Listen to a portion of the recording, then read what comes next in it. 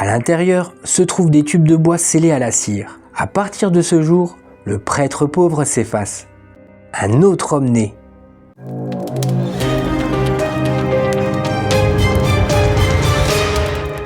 Bienvenue à vous les amis. Aujourd'hui, nous allons parler de l'abbé Saunière. Comment un abbé a pu être immensément riche du jour au lendemain? Nous allons découvrir quelques pistes ensemble. Nous sommes le 1er juin 1885. Un homme de 33 ans à la stature imposante et au regard d'une détermination sombre gravit le sentier escarpé menant au plateau de Rennes-le-Château. Béranger Saunière vient d'être nommé curé de cette paroisse oubliée de l'Aude. À cette époque, être envoyé ici est perçu comme une relégation, presque une sanction. Le village est un îlot de pauvreté où vivent 200 âmes rudes. L'église Sainte-Marie-Madeleine n'est plus qu'un squelette de pierre. Le clocher menace de s'effondrer, les murs transpirent l'humidité et le toit laisse passer des pluies d'orage. Le presbytère est dans un tel état de délabrement que le nouveau prêtre doit loger chez l'habitant, faute de pouvoir chauffer ou même sécuriser sa propre cure. Les carnets de comptes de Saunière, précieusement conservés, témoignent de cette période de dénuement absolu. Chaque dépense est consignée avec une précision chirurgicale. Quelques centimes pour de l'huile de lampe, quelques francs pour du pain ou du tabac.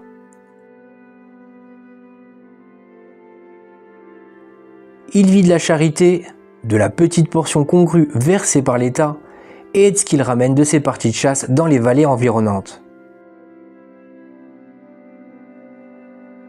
Rien, absolument rien dans son quotidien ne laisse présager la mutation spectaculaire qui va suivre. Pendant 6 ans, il observe le déclin de son église, incapable d'en réparer ne serait-ce que le maître-autel.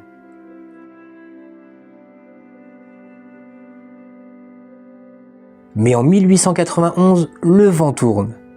Grâce à un don de 3000 francs de la comtesse de Chambord, une fervente royaliste, il lance enfin les premiers travaux de restauration.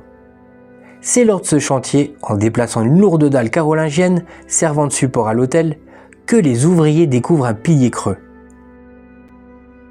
À l'intérieur se trouvent des tubes de bois scellés à la cire.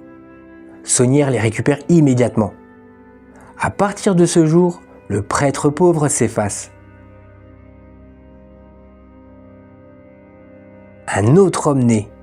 Un homme qui commence à voyager secrètement à Paris, à fréquenter des cercles occultistes et des membres de la haute noblesse européenne, et dont les dépenses vont bientôt se compter en centaines de milliers de francs or.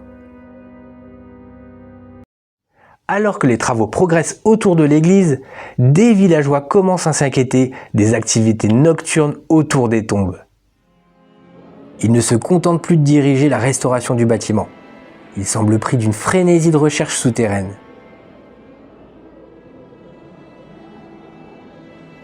Accompagné de Marie Desnarnaud, sa servante dévouée de 18 ans, qui deviendra sa complice absolue, il passe ses nuits dans le cimetière attenant à l'église. À la lueur d'une lanterne, sous les vents glaciaux du plateau, le prêtre déplace des dalles, creuse le sol sacré et manipule les ossements. Ce n'est pas une simple rumeur de villageois.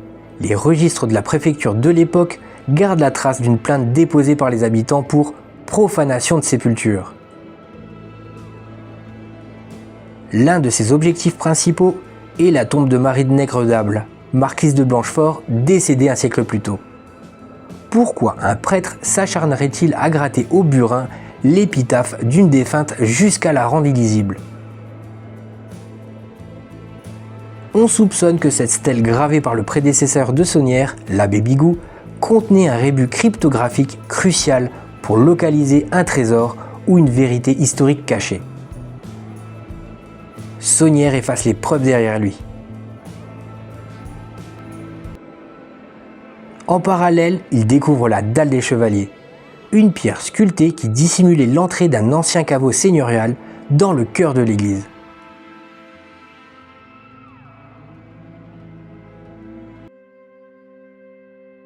C'est à cette période précise que l'argent commence à affluer par des canaux inexpliqués. Les mandats postaux arrivent par dizaines. Saunière achète des terrains, finance la construction d'une route moderne pour désenclaver le village, installe des conduites d'eau et commence à bâtir son propre domaine. Le contraste est saisissant. Dans un département où les prêtres peinent à manger à leur faim, Saunière dépense l'équivalent de plusieurs millions d'euros actuels.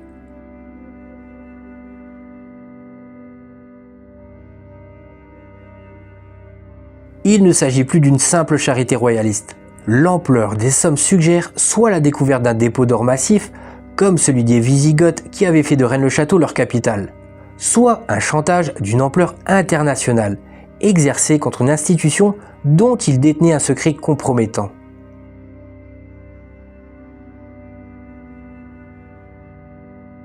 L'église rénovée par l'abbé Saunière est un véritable puzzle ésotérique, où les fidèles sont accueillis par un démon au parvis de l'église. Lorsque les paroissiens entrent enfin dans l'église restaurée, le choc est immense. Saunière n'a pas suivi les canons habituels de la décoration religieuse. À l'entrée, il a fait installer un bénitier soutenu par une statue terrifiante, le démon Asmodée, représenté grandeur nature, grimaçant sous le poids de la vasque. Dans les textes anciens, Asmodée est connu comme le gardien des trésors et l'architecte du temple de Salomon. Au-dessus de lui, le prêtre a fait graver une inscription latine déroutante. Terriblis elocus ist. Ce lieu est terrible. Bien que ce soit une citation biblique, son emplacement à l'entrée d'une petite église de campagne sonne comme un avertissement ésotérique.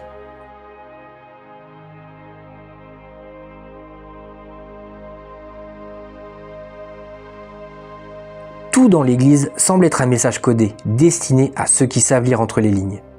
Le chemin de croix, par exemple, comporte des anomalies flagrantes par rapport aux évangiles.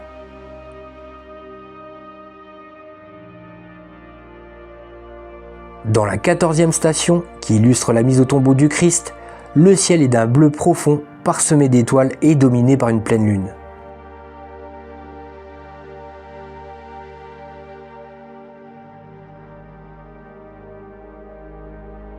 Cela suggère que le transport du corps a eu lieu en pleine nuit, contredisant la tradition qui veut que Jésus ait été déposé avant le coucher du soleil.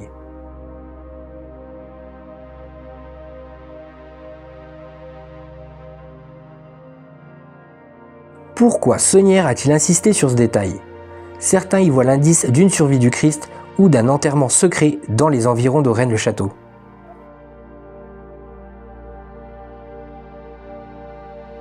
À l'extérieur de l'église, la démesure continue. Saunière fait construire la Villa Béthanie, une demeure luxueuse dotée de jardins exotiques, d'une ménagerie et de fontaines.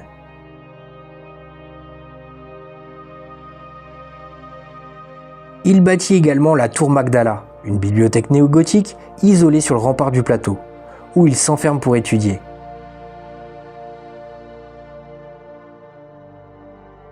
Il reçoit des invités de marque, des politiciens, des aristocrates et des membres de la famille impériale des Habsbourg.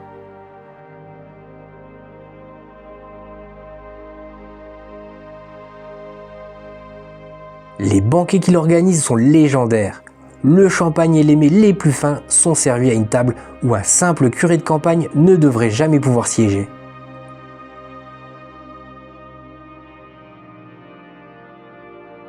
Cette fortune insolente finit par attirer l'œil de l'évêché. Le Vatican exige des explications sur l'origine des fonds. Saunière reste muet, s'enfermant dans un mépris souverain vis-à-vis de sa hiérarchie, sûr de sa protection mystérieuse.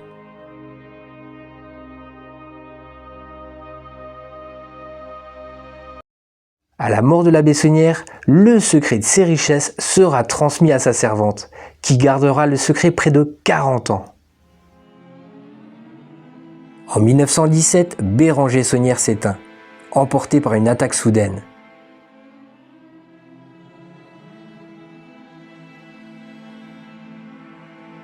On raconte que le prêtre appelé pour recueillir sa dernière confession est sorti de la chambre blême, refusant d'accorder l'extrême onction à son confrère tant ce qu'il venait d'entendre était insoutenable pour un homme d'église.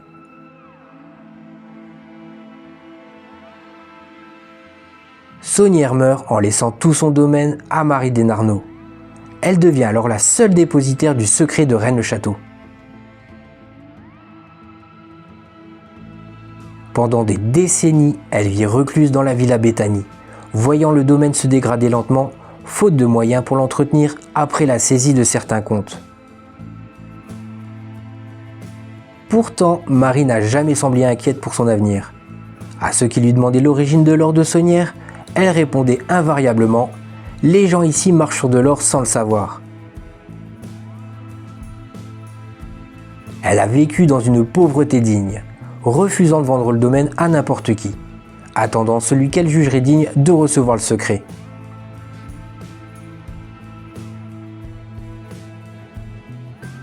En 1946, elle rencontre Noël Corbu, un homme à qui elle promet de révéler, juste avant sa mort, un secret qui le rendrait riche et puissant pour toujours. Elle parlait de ce secret comme d'un héritage bien plus vaste qu'un simple coffre rempli de pièces. Cependant, le destin coupe court à cette transmission. En 1953, Marie subit une attaque cérébrale qui la laisse paralysée et totalement aphasique. Elle meurt quelques jours plus tard, emportant avec elle la clé de l'énigme.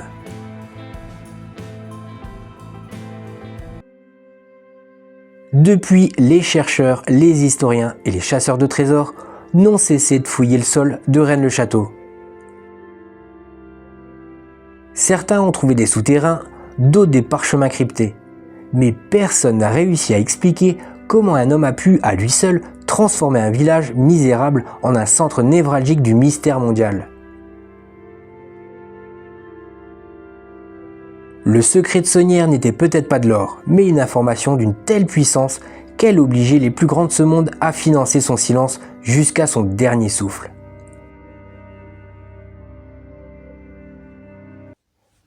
L'une des théories les plus solides nous ramène des siècles auparavant, lorsque Rennes-le-Château était la capitale d'un royaume oublié. Pour comprendre l'origine de la fortune de Saunière, il faut se pencher sur l'histoire médiévale de la région. Au 5e siècle, les Wisigoths dominent le sud de la France et l'Espagne.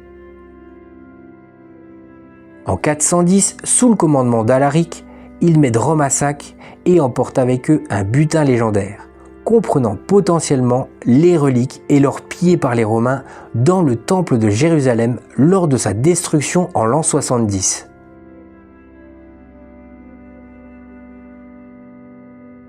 Ce trésor de Salomon, dont on perd la trace historique, aurait été acheminé vers les forteresses naturelles des Corbières.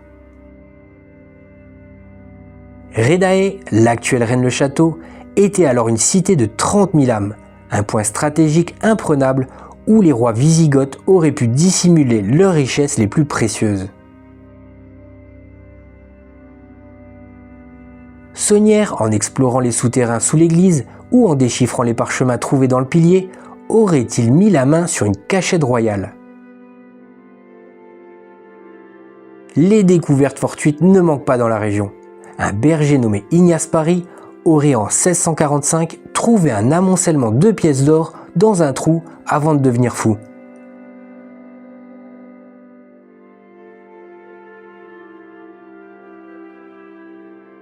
Le prêtre, lui, était un homme pragmatique. Il n'a pas seulement trouvé quelques pièces, il semble avoir eu accès à une source quasi inépuisable. Certains historiens supposent qu'il n'a pas trouvé tout le trésor, mais qu'il a découvert une entrée ou un inventaire lui permettant de négocier avec des puissances étrangères ou des sociétés secrètes intéressées par la récupération de ces reliques historiques de première importance.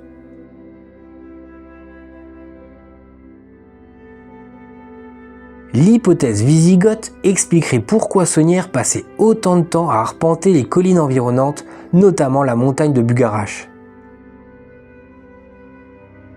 Il ne se promenait pas en simple amoureux de la nature, il effectuait des relevés, mesurait les distances entre les sommets et les anciennes bornes féodales.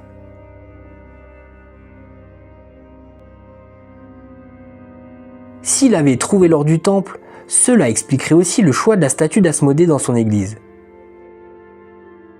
Dans la tradition biblique, Asmodée est précisément l'entité que Salomon a soumise pour l'aider à construire le temple et à en garder les richesses. En plaçant ce démon à l'entrée, Sonnière laissait peut-être un message littéral à ceux qui partageaient ses connaissances. Ici commence le domaine de celui qui garde l'or du temple. Et si l'argent ne provenait pas d'un coffre enterré, peut-être s'agissait-il d'un secret si explosif qu'il pourrait détruire l'Église. Il existe aussi une autre théorie, bien plus sombre, qui explique pourquoi le Vatican a fini par fermer les yeux sur les excentricités de Sonnière. Cette théorie suggère que les parchemins ne décrivaient pas l'emplacement d'un trésor matériel, mais apportaient la preuve d'une vérité historique occultée depuis des siècles, la survie de la lignée de Jésus-Christ.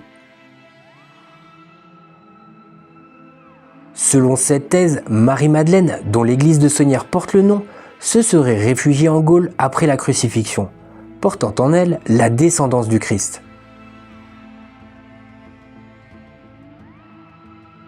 Cette lignée se serait ensuite fondue dans celle des rois mérovingiens, les rois chevelus, dont la légitimité était perçue comme divine. Si Sonnière avait trouvé des documents prouvant que Jésus n'était pas mort sur la croix, ou qu'il avait une descendance physique toujours vivante à travers les siècles, il détenait l'arme de chantage ultime contre l'autorité de Rome. Toute la structure de l'Église repose sur la résurrection et la divinité absolue du Christ. Une preuve matérielle du contraire transformerait l'institution en un mensonge millénaire. Cela expliquerait les voyages fréquents de Sonnière à Paris pour rencontrer des érudits et des membres de congrégations occultes comme le prieuré de Sion. Cela expliquerait aussi pourquoi des fonds massifs provenant de la Banque des Habsbourg, défenseurs officiels de la foi, arrivaient sur le compte du petit curé.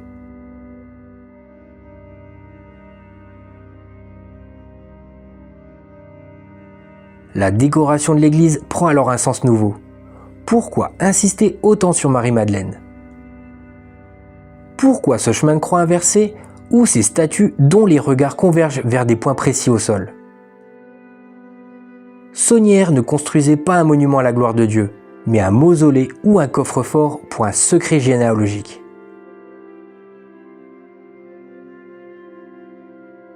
Lorsqu'il fut suspendu par son évêque pour trafic de messe, une accusation mineure au regard de ses dépenses, il continua de vivre une vie de luxe, protégé par une main invisible. Rome n'a jamais osé l'excommunier totalement. Il est resté sur son plateau, gardien d'un secret qui valait bien plus que tout l'or du monde, emportant avec lui la réponse à la question: le trésor de Rennes-le-Château était-il monétaire ou spirituel?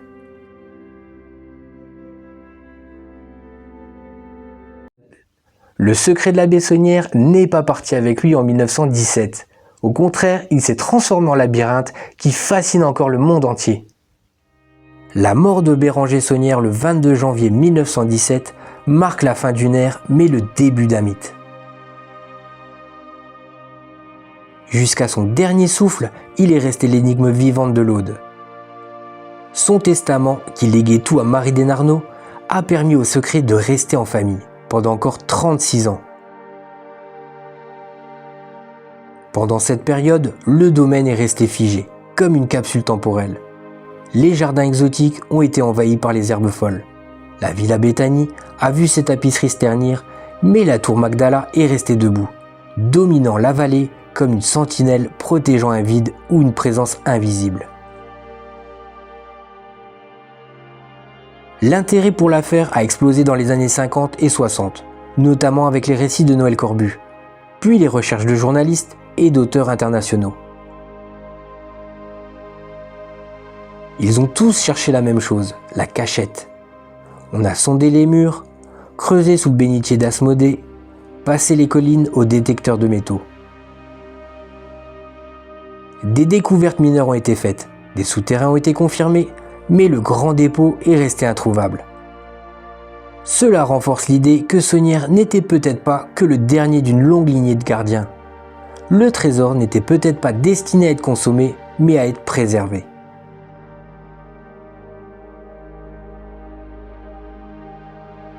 Aujourd'hui, Rennes-le-Château reçoit des milliers de visiteurs chaque année. Ils viennent chercher un frisson, une réponse ou simplement contempler cette église où rien n'est à sa place. Le message de Saunière, s'il existe, reste devant nos yeux, gravé dans la pierre et peint sur les murs. Il nous rappelle qu'au-delà de l'argent et du pouvoir, il existe des zones d'ombre dans l'histoire, que même la lumière d'un phare ou d'une église ne peut totalement éclairer. Saunière est mort riche, mais il est surtout mort libre de toute contrainte, emportant avec lui une vérité qui, si elle est révélée aujourd'hui, changerait peut-être encore une fois notre regard sur le monde. Le livre de l'abbé Saunière s'est refermé, mais pour le monde entier, l'enquête ne fait que commencer. Le véritable héritage de Saunière, c'est peut-être cette prise de conscience que l'histoire officielle n'est qu'une surface lisse sous laquelle bouillonnent des courants bien plus profonds. Que l'argent soit venu des Wisigoths, du chantage contre Rome ou d'une découverte archéologique majeure sur la lignée du Christ, l'essentiel réside dans la pérennité du mystère.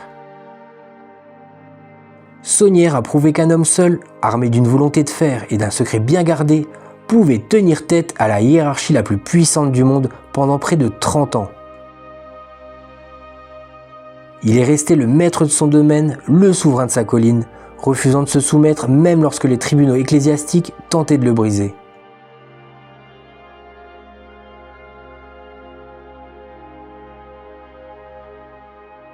Merci à vous d'avoir suivi cette enquête sur l'abbé Saunière. N'hésitez pas à vous abonner. On se dit à très vite les amis et prenez soin de vous.